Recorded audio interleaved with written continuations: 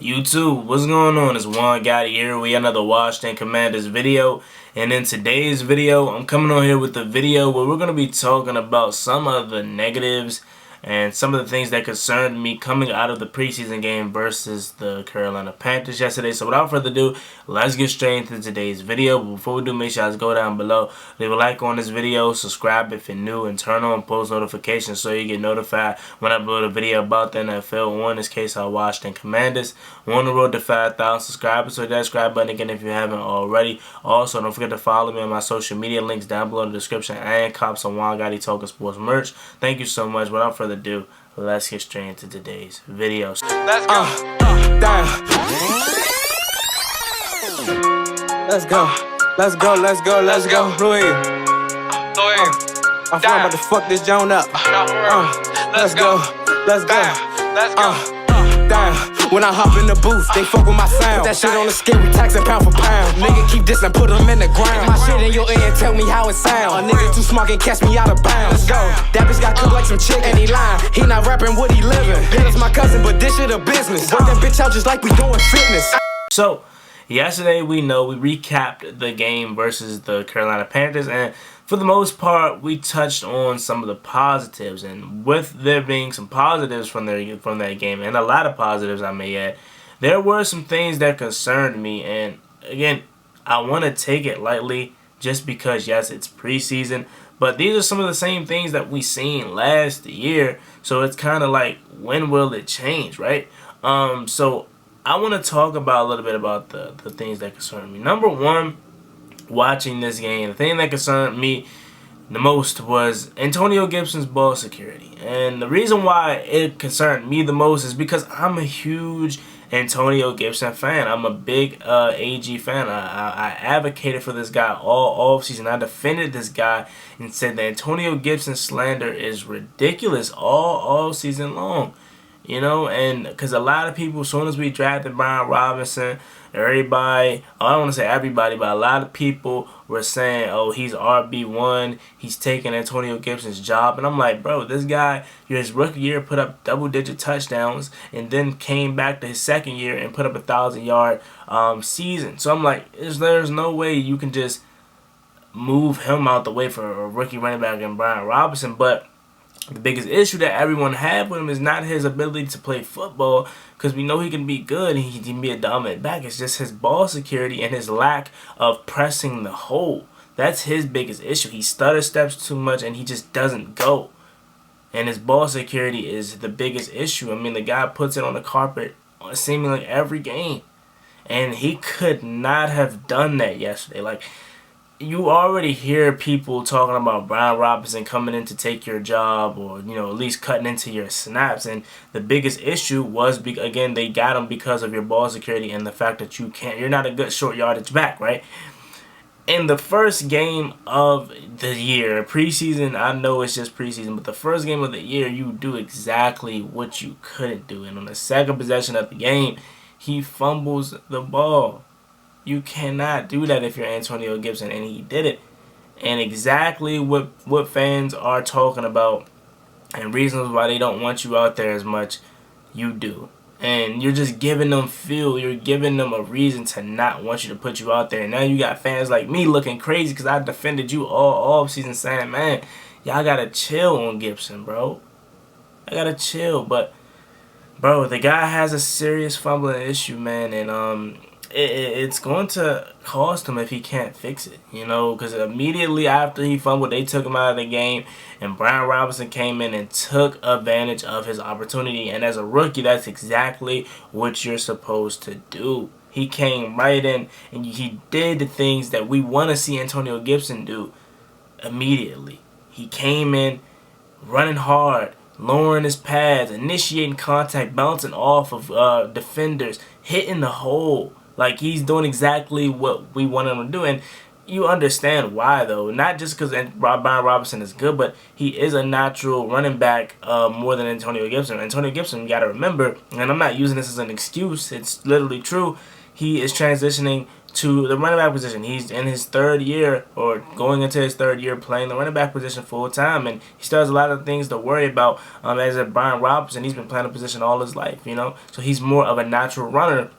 than Antonio Gibson. But that's no reason to use as an excuse for his ball security, man. You gotta secure the ball. I don't care what position you are at. I understand running back, you're more, you're getting initiated contact every time, you're getting hit every play, the ball can draw loose every play, but even if you're a receiver, a tight end, whatever position you play, you got to secure the ball. So everyone needs to work on ball security, and it sucks for Antonio Gibson, man, because he knows he messed up yesterday. You can just see him. He got on the sideline and he squatted down, and he just knew he messed up because you cannot do that when you have a guy like Brian Robinson breathing on your neck, trying to come in, and I don't want to say necessarily take your spot, but get more carries than you. And he did exactly what he was supposed to do, man. So that's number one that really concerned me the most was Antonio Gibson's ball security, and it's going to be interesting to see what they do going forward. Who's going to be out there with the ones next week when we travel to Arrowhead to play the Chiefs?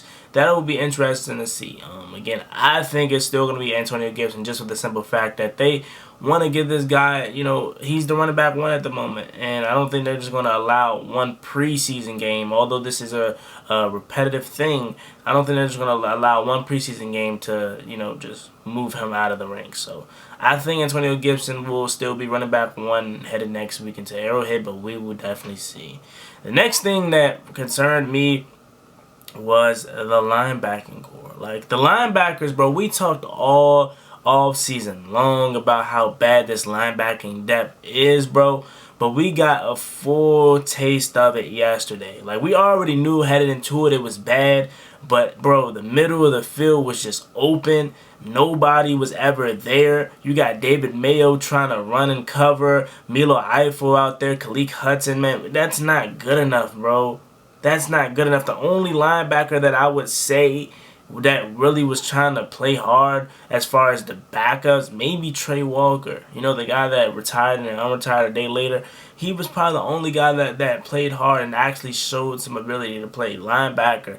But other than that, it was nobody that really separated themselves and showed this depth. And for the most part, Nathan Gary was out there, and he had a fumble recovery, but it wasn't really a fumble recovery. But again, the middle of the field was just seeming like it was always open, players in the wrong spot. We never had a guy that came down and secured the tackle. They were getting like 4 yards, 5 yards a carry. This linebacking core, or depth rather, it's terrible, and we knew that though. So this is no surprise. It's just now we actually see it in the real game. And they need to address it, bro. Like, they really, really do.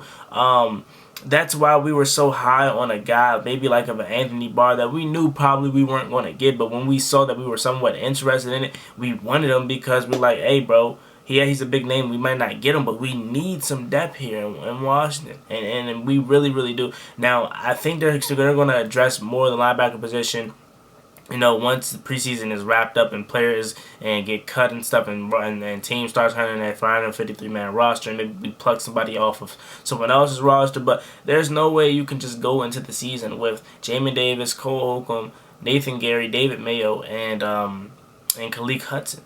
You have to get somebody out there that you feel comfortable with playing linebacker, and in case an injury happens at the position. Right now, we cannot lose Jamin Davis or Cole Holcomb, because if we do, we are literally screwed. The linebackers suck, bro. They suck. Not named Cole Holcomb and or Jamin Davis. Everyone after those two guys are terrible. So that's one that really concerned me the most.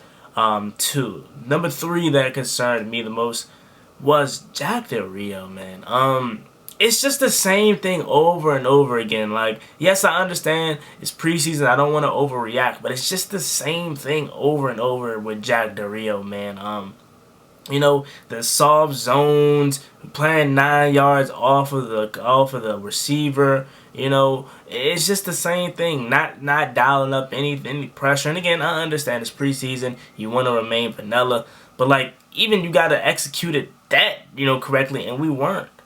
You know, and I'm putting some of that on Jack Del Rio because, yeah, you want the players have to go out there and execute, but this is a thing that we've been seeing for years now under Jack Del Rio. So when is there a point where you start to hold JDR accountable, right?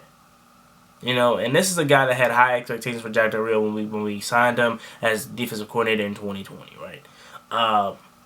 That's another thing that I had a problem with, was just Jack Del Rio. It just seemed like the same old thing. When will he mix it up? Hopefully in the regular season that changes, but I'm leaning more towards it not changing because we've seen this all last year, and now we're seeing it again in the first preseason game. Next thing that I want to talk about that really concerned me was the secondary, man. The secondary depth concerned me. Behind Cameron Curran, Bobby McCain, who were the two only guys that really, you know, showed some promise yesterday, and that I was comfortable with, it was not that good showing for the secondary. And I'm talking Kendall Fuller, I'm talking William Jackson, I'm talking Sip, I'm talking Jeremy Reeves, nobody in that secondary played good, bro, behind the Cameron Curl by McCain.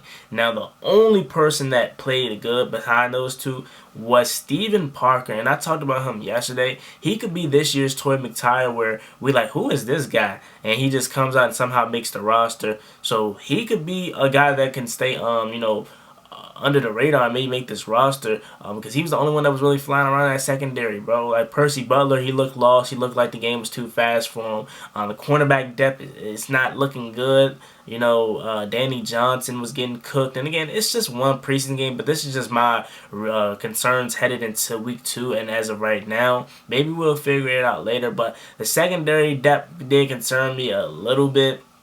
But hopefully they can fix it and get it right. But again, it may be, again, these young guys getting their first taste of football. Maybe it's too fast for them right now, and eventually it'll slow down. But as of right now, it looked like everything was just open over the top. You know, you got Percy Butler dropping an interception. You got safeties in the wrong position. Cornerbacks getting beat across the middle of the field. They were just in the wrong position and not making the plays on the ball. Like, that's why I'm saying we need to start holding Jack Del Rio accountable. Because, yes, you have to play. You have to be a player and go out there and execute. But you got to also put these guys in the right position to go out there and execute and play right. But, again, I don't want to overreact. It's just week 1 of the preseason. But those were some of my concerns. Let me know some of you guys' concerns down below in the comment section. As always, it's me, your boy Juan Gotti. Like, comment, subscribe. Helps the Washington Commanders. We're on the road to 5,000 subscribers. So that subscribe button again if you haven't already. Also, don't forget to follow me on my social media links down below in the description, and cops on Juan Gotti Talking Sports merch. It's me, your boy Juan Gotti. Like, comment, subscribe. Helps the Washington Commanders. I'm out. Peace.